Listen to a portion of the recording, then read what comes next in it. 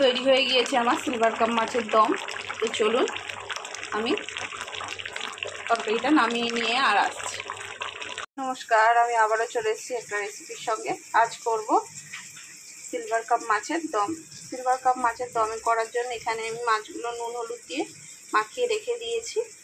আর এখানে কেটে নিয়েছি আলু, আর এখানে পেঁয়াজটাকে খুব ভালো করে ফাইন চপ করে নিয়েছি। তো চলুন মাছগুলো আমি ভেজে নিই। মাছ ভাজার জন্য আমি তেল গরম বসিয়ে দিয়েছি। এখানে তেলটা গরম হয়ে যাক আর আসছি।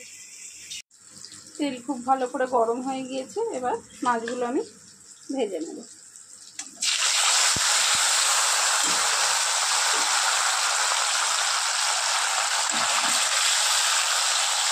চলুন মাছগুলো ভেজে নিয়ে আর আসছি।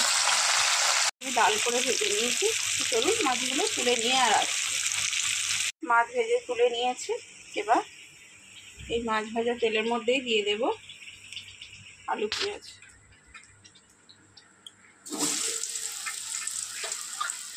অল্প একটু আমি পেঁয়াজ কুচিয়ে রেখেছি।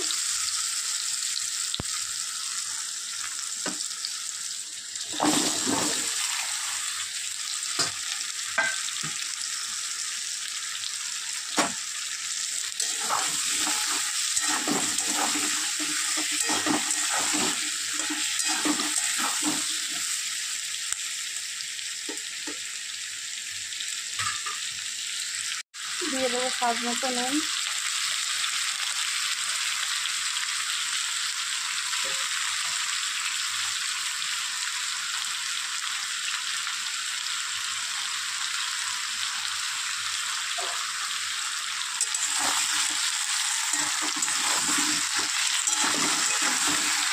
আলু পেঁয়াজটা একটু ভেজে নেব। একটু লাল করে ভেজে নেওয়ার পর তারপরে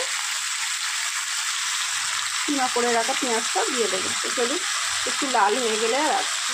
মশলাগুলো আমি রেডি করে রেখেছি। এখানে আছে লঙ্কা গুঁড়ো, হলুদ গুঁড়ো, জিরে ধনে গুঁড়ো আর গরম মশলার গুঁড়ো, আর আছে আদা রসুন বাটা।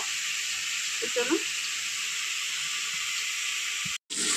এবার আমি 5 মিনিট মতো ভেজে নিয়েছি আলুটা। এবার কিমা করে রাখা পেঁয়াজটা দিই।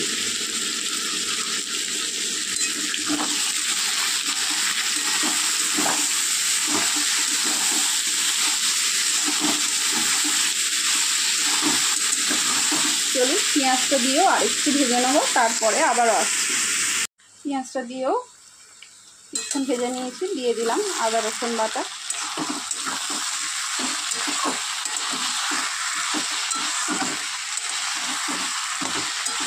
আদা রসুনটা খুব ভালো করে মিক্স করে নেব।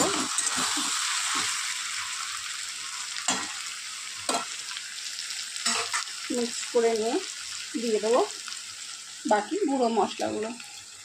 এখানে আছে লঙ্কা গুঁড়ো, হলুদ গুঁড়ো, জিরে ধনে গুঁড়ো আর গরম মশলা গুঁড়ো। আর দেব সামান্য জল, যাতে মশলাটা পুড়ে না যায়।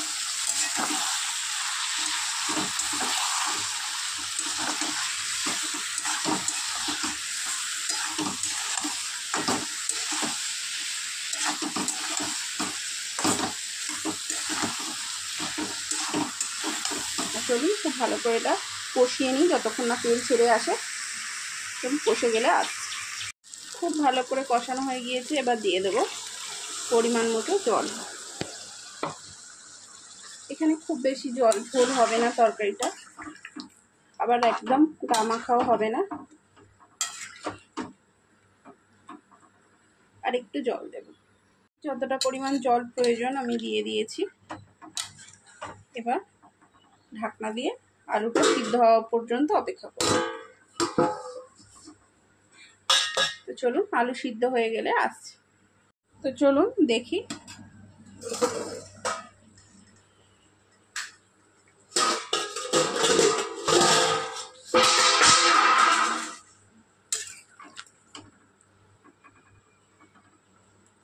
আলু সিদ্ধ হয়ে গিয়েছে।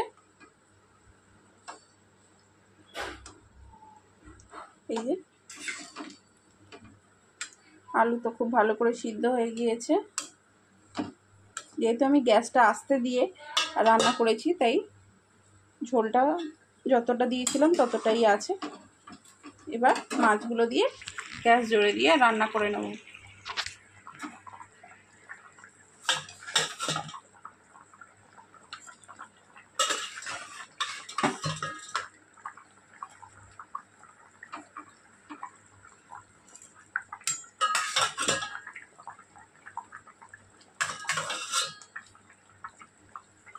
তো চলুন মাছগুলো দিয়ে 5 মিনিট ফুটিয়ে নিয়ে আর আসছি।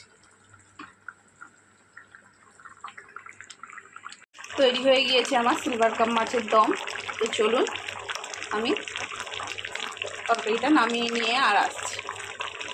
তো রেডি আমার সিলভার কাপ মাছের দম। রেসিপিটা যদি ভালো লেগে থাকে অবশ্যই লাইক, শেয়ার অ্যান্ড সাবস্ক্রাইব করে দেবেন। আর রেসিপি সম্পর্কে কিছু জানার থাকলে অবশ্যই আমায় কমেন্ট করবেন, আমি তার রিপ্লাই দেবো। তো চলুন আজকের মতো টাটা, দেখা হবে অন্য কোনো দিন অন্য কোনো রেসিপির সঙ্গে।